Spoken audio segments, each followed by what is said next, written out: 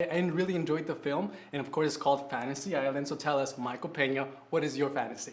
Yeah, so my mom died when I was a kid, so I would want to go to the island and just hang out with her for a week, and just with whatever she wanted to do, we were gonna do. There's not much you could do in an island, you know, except maybe hang out by the beach and have some cocktails or whatever.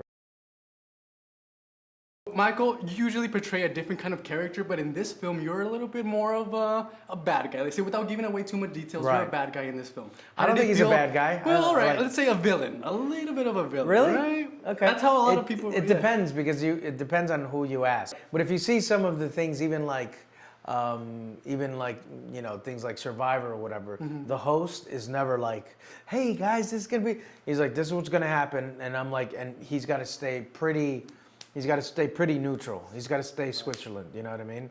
And he can't, you know, play any favorites or whatever. Right. He's like, this is what you guys signed up for. I'm sorry. Of course. Aside from it being a film and then a TV show, how do you think that this movie compares to the original series of Fantasy Island? I think it keeps the integrity of the show intact. You know, the basic idea is still the same, but except now they modernize it quite a bit. Right. You know, because back in the day in the show, there were some elements to it that were somewhat unreal, and here it just takes it to the nth degree. You know, it takes it like, okay, if you want to wish to have this, then that might happen. If you want to be the richest person in the world, you might, you know, had kidnappers. You know, like you know, secuestros, or however you say it. You know. Yeah, of course. And tell us a little bit more about you being the lead role in this film. A little bit more about inclusion of Latinos in Hollywood. You've been one of our major staples throughout your entire career I for appreciate Latinos. that. Of course.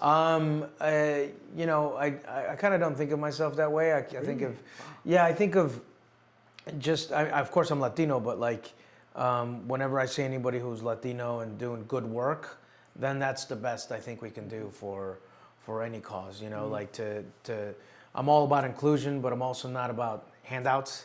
You know what I mean? So you like, people got to work hard, man. You got to work hard, and nothing's given to anyone. And so I try to work as hard and just try to be good. Right. You know, and then right now, it's awesome. It's a great time in our country where, like, you know, with this generation, things are changing.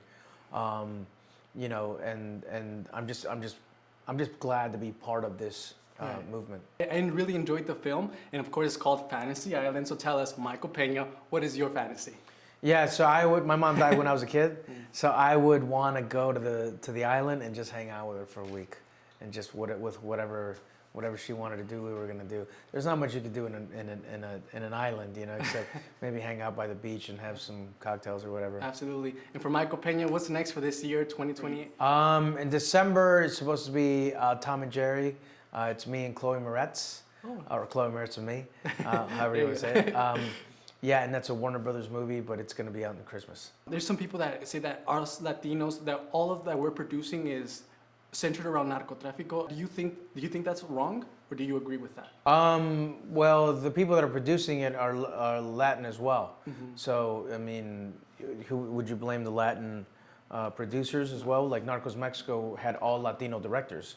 And all Latin actors. Right. So we're not to blame. Of course not. No. And we could always turn it down if we wanted to. But I do think if it really happens, like, then you can make a movie about it. Like back in the day in the 70s, you know, there was a lot of mafia movies being made. Right. And so there's always a time where, like, you're going to make movies about what's current and what's topical. And right now that's topical, so. That's right, Michael. And as you say, that, you know, is the reality that we currently live in Mexico. And thank you so much for portraying our characters to the best of your ability. Perfect. You are greatest. Honestly, telling you, I'm a big fan of yours. Dude, thank you so much for this interview, brother.